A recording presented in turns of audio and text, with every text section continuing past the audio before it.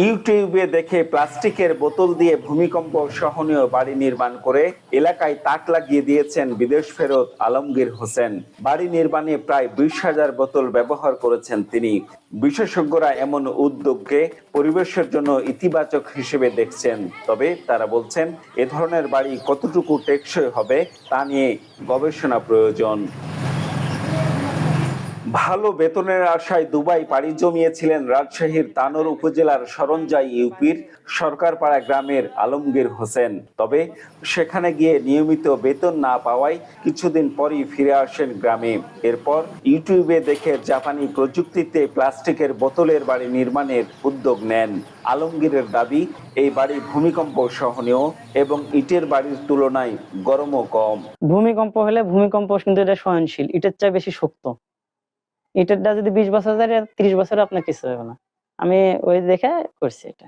প্রথম দিকে প্লাস্টিকের বাড়ি নির্মাণ করতে দেখে এলাকার অনেকেই আলমগীরের সমালোচনা করেছেন। এখন প্রশংসায় ভাসছে তার এই উদ্যোগ। বিভিন্ন লোকজনের মাঝে আমি এই খবরটা পাওয়ার পরে আমি এখানে আসছি, দেখছি। তো আমার কাছে খুব ভালো লেগেছে যে আমাদের এই অঞ্চলে অল্প খরচে যে একটা টেকসই বাড়ি তৈরি করতে পারছে গ্রামের মানুষ। বহু লোক দেওয়াল তোলার সময় থেকেই বাড়ি দেখতে আসে। বাড়িটা আমার খুব পছন্দ, আমাদের ওখানকার সবাই বাড়িটা দেখে পছন্দ করেছে। ঠান্ডার টাইমে গরম, গরমের টাইমে ঠান্ডা, যেহেতু বালু ভরা আছে। ইমারত বিশেষজ্ঞরা বলছেন পরিত্যক্ত প্লাস্টিকের বোতল এভাবে কাজে লাগিয়ে কম খরচে বাড়ি নির্মাণের উদ্যোগ মন্দ নয়, তবে এর স্থায়িত্ব যাচাইয়ের জন্য আরো গবেষণা দরকার।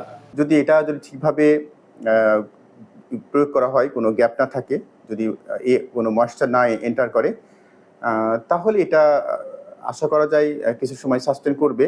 কিন্তু এটার একেবারে দীর্ঘ সময় যদি আমরা মনে করি যে 10 to 20 ইয়ার্স এটা সাস্টেন করবে কিনা, এটা আসলে এখনো গবেষণার বিষয় বলে আমরা মনে করি। টিনের চালা ও প্লাস্টিকের বোতলের দেয়াল দিয়ে 2 কক্ষ বিশিষ্ট বাড়ি নির্মাণে খরচ হয়েছে 4 লাখ টাকা।